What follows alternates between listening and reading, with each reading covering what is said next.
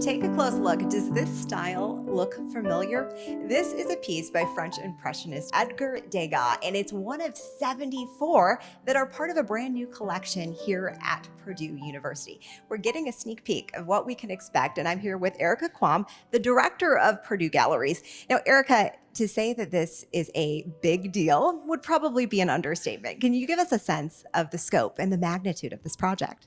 This collection is transformational for Purdue Galleries and Purdue University in general. This collection was given to us by Avrum Gray, who's a Purdue alumnus from the class of '56 in mechanical engineering. And he and his wife were huge art lovers and collectors, and he really wanted to see this collection in particular out on display all at once, all 74. Why don't we come around this side? We'll take a look at some of these pieces. Tell us a little bit about what people should know about the artist.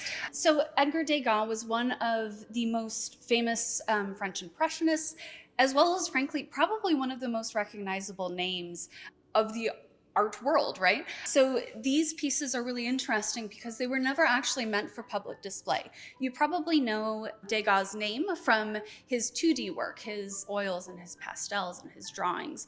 But he also dabbled in many, many different art mediums, everything from prints to photographs to sculptures. So the only sculpture that he ever made that was put on display was the little 14-year-old dancer, and it was put on display in the late 19th century, so 1889, 1890, and it was absolutely slated. People hated it, which is fantastic because it is now one of the most recognizable pieces of artwork, I think, of our time. But he actually did create many more sculptures to inform his 2D work, his paintings and his pastels. And you can see through these pieces how he worked through different poses to include them in those works. He was going blind, and by the end of his lifetime, he was entirely blind. So we think that he made these to kind of physically feel through his pieces. But after he died, his heirs found this collection, and these models were all made of clay and wax and basically anything he had lying around the studio, and then he built them onto armatures to have these different poses. And so when his heirs found these, they thought they would be beautiful as sculptures themselves. So they cast them in bronze, and that's what we have out on display here. And this is pretty rare in the art world. Absolutely. This is, we think, the only full display of all 74 of these sculptures that is currently on display anywhere in the world. This is the first time that they have a custom-built, purpose-built gallery for them. So as you're moving around, you can probably see that this is the old Sagamore room, transformed, of course. And we are very, very grateful to the College of Liberal Arts and to President Chang that we have this beautiful space. And that's what I was going to get to next, is talk to us about how much work went into this over the summer.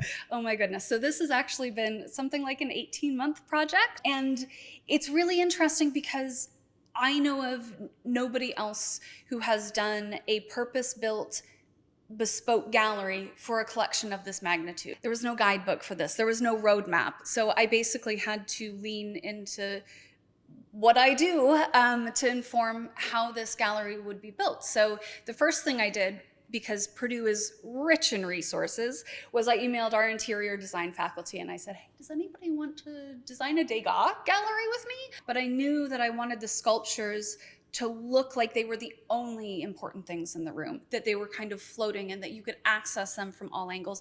So what we tell our artists and exhibitors when we start building an exhibition is that you need to give at least 3 feet of space around each sculpture.